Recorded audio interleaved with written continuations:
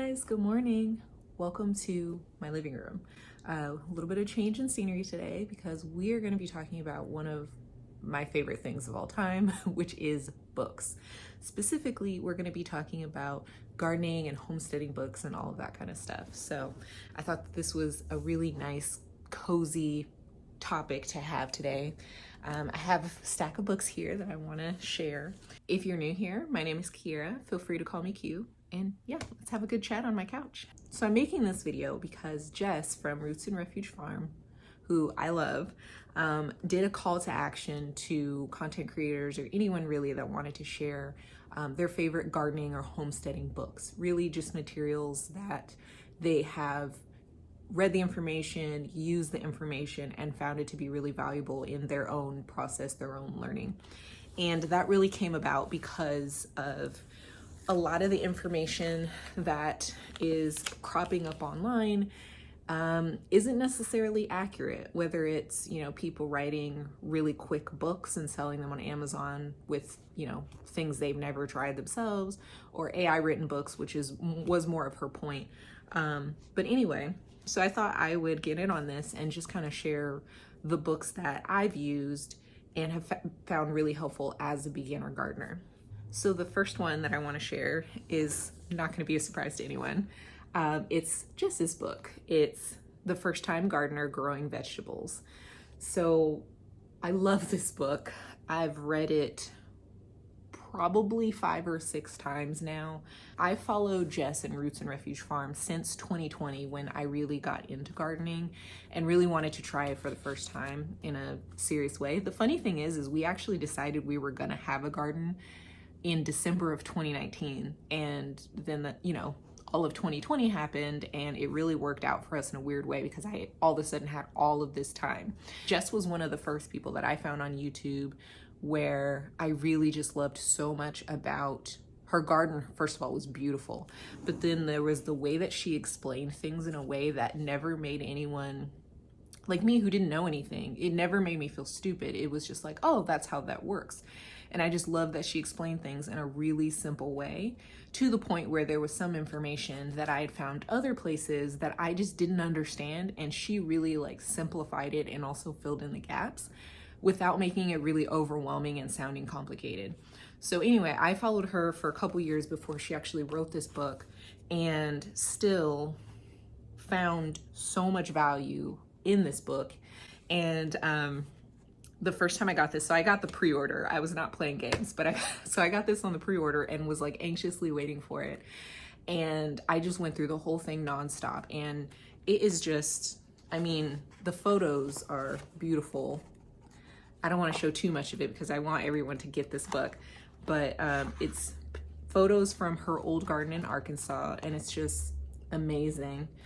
And when I finished reading this for the first time, I immediately just opened it right back up to page 1 because I wasn't ready for it to be over. I loved reading this. I learned a lot, but it was so much of just romanticizing the garden and falling in love with it. And I love the way she writes and all of that. So anyway, I highly encourage everyone to get this book. If you only get one, this is the one that I highly recommend. I can't stop talking about it enough. I love it. So that was my first pick. The next one is a random one. This one is Worms Eat My Garbage by Mary Applehoff.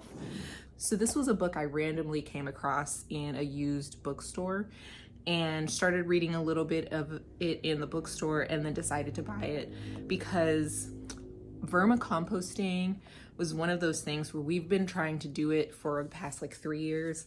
We've killed all of our worms twice. We just couldn't figure out what we were doing wrong. It was really slow, and it was supposed to be a lot faster, and ours just wasn't. And then there were silly things not silly. They were just things I didn't know as a beginner. How do you tell the difference between worm castings and, the bedding when it's done? How do you know when it's done? Because I would see on videos and people would say oh yeah, this is, finished worm castings, and it'd look exactly the same to me, especially since we were using coco coir as our bedding at the time, and I couldn't tell the difference. So I really like this book because it breaks down like in a lot of detail, all of the things for successfully having a worm farm, including there's like different ways you can like organize your bins or build a bin and all of that kind of stuff, what kind of worms you should use. I'm just like skimming through this, what to put in it, like all of that kind of stuff. So I found this really helpful. How to maintain your worm bin, which was a huge thing for us. All of our worms kept dying because they kept getting too hot and then too cold because of the heat that we have. And so we basically had our bins in the wrong place. You know, they were black bins and they were getting way too hot in the summertime, even in the shade. And we found out it was because, you know, they were getting afternoon sun. And so it was things like that, that now we've gotten a lot more successful with our worm bin after reading this book. So this was super helpful for us. The next one is Backyard Homesteading. This one is by David Tot. I'm saying that wrong. I'll put it on the screen. I'll put all of these author names on the screen.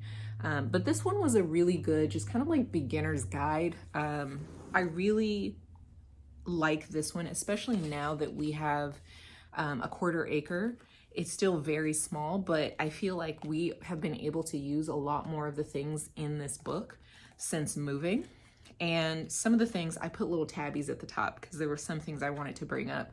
But there's things like improving your soil. This was really cool. This was one of the main reasons why I actually bought this book, is it goes through, you know, in pretty broad categories, but it goes through most of the things that you would grow in a backyard vegetable garden. So it goes through the plants and it tells you like the desired temperature, soil, how to plant it, how to space it, when to harvest it, like how much you would get off of that plant, like all of that kind of stuff. It's really cool. And then it kind of does that for a bunch of different plants. And then they even have like the difference between determinate and indeterminate tomatoes here. So this is really helpful just to be able to kind of like reference something as we're growing different vegetables, especially the things that we've never grown before. I found that really useful because those are just the kinds of things that I'm not good at, and we're still learning. And then here's another one that we used. There's instructions for how to prune your fruit trees. So we ended up with fruit trees this year. We inherited a few mature trees, and so we needed to know how to prune them. And so this was really helpful for us to kind of have those visuals on how different trees are pruned, because that's not something I would have guessed before having fruit trees, that you prune them differently. I probably would have pruned them all the same, and I definitely would have pruned them wrong. So that was really helpful. And then there's things in here for like fruit-bearing shrubs. So like blueberries, raspberries, blackberries, all that kind of stuff.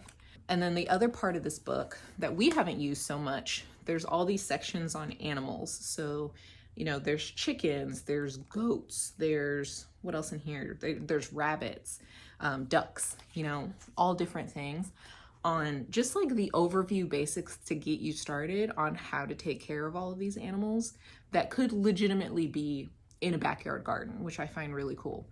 And then in the back too, there's like preserving, oh, there's bees in here too. So that's really cool.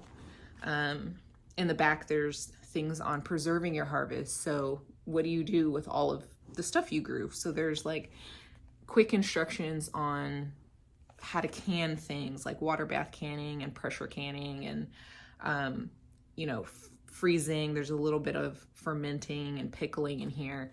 So I think that this is just a really good starter book. There's enough information definitely to allow you to be successful in any of these projects and to kind of get you to a point where you can then get into the nitty-gritty of your specific setup as you are going to the next level. So this one's really helpful too. My next book is probably the book I use the most. It is the Ball All New Book of Canning and Preserving. So there are 2 editions of this one. I actually recommend getting both. I don't have the other one, the older one, but this one has more updated, fancy, I think of them as recipes. And you can see I have a lot of tabs in here of things I want to make. But this one has a lot more like specialty recipes, but I do recommend getting the original book that has more of the simple recipes. And I say that even though I don't have that book, because a lot of the time I will want to do something really simple and I will actually go to the Ball website to look up how to do that. And all of those recipes, or a lot of those recipes, are in the original version of this. So still, this is really fun. This is the first canning book that I got. There's still instructions in here on how to do some simple stuff. Like there's how to preserve any kind of fruit. There's like these charts in here that are really helpful. Same thing with preserving tomatoes. I don't remember what page it's on, but there's like a section on just like all the different tomatoes and how to preserve them. And then there's more specialty recipes. So I use this book all the time. And I really do love it. I think it's really fun. And it's one of those things where it makes canning feel like there's more to explore, which is really cool. So love this guy. And then the next one is, I'm definitely gonna say this wrong. I think it's Gaias Garden. And this one is A Guide to Home Scale Permaculture. This is the second edition, and it's by Toby Hemingway. So I really like this one. So we got this book because in our last house with our itty bitty garden, we still were dreaming of permaculture and kind of like putting in some of those principles someday. And even if we couldn't do all of it, like we couldn't do all the zones and stuff like that, we really wanted and love the idea of creating a garden that was also just natural habitat for a lot of different things. And we were just like daydreaming of having more land. So we got this book, and now with our slightly bigger garden, we have, like I said, a 1/4 acre now. What we are doing is we have our garden beds, and then we have this kind of like perennial loop around the garden beds that we're building out. It's definitely not even close to done at this point, but we are working on it and building it out a little bit at a time. And books like this are really fabulous for helping you with that, because they kind of help you figure out like, okay, how can I do this on the scale that I have? You know, how can I build more of a habitat? How can I do zones? How can I do like the fruit tree guilds and kind of like layer things below each other so that they grow in a really productive and really beneficial way for me, and also for the environment, and, you know, other little critters and butterflies and all of that kind of stuff. So I really like this book. We have been able to implement a few things in here, like I said, on a really small scale, and we're still working on it. But I think that this is a really good book as far as, you know, just like casting vision for the future and continuing to dream on what we want to do in the future when we have even more space than we have now, and figuring out how can we have just like a little piece of that dream right now. So love this. And then the last book is actually a recommendation from my husband, Andrew. This one is The Joy of Foraging by Gary Linkoff. And this is just a really cool book. I think it's pretty awesome for people to be able to go out and, you know, forage and find food where you live. And I haven't done really any of that, but Andrew has. He's really into that. And what he told me about this book is he doesn't usually take it out, like, you know, when he goes camping or backpacking or any of that. He doesn't take this with him because it's a big book. But he actually has been able to identify a few things locally because of this book. And so I think he said he got like some wild grapes one time, and I know he's found like different berries and things like that. So yeah, this is a really cool book just to be able to find food that's already around you, that's not necessarily in your garden, but maybe it's in your neighborhood, or, you know, maybe you can find things when you're out going for hikes or, you know, backpacking or whatever you're into. So this one was a really good one too. So those are my book recommendations. I hope that was helpful for you to see kind of like what has been the most beneficial for me. I read a lot. I'm a book nerd. I love books. And these are definitely my top picks. And I have found them to be just the most helpful and the most useful on my gardening journey. So I would love to know if you've read any of these books and found them useful also. I'd love to know if you have different book recommendations.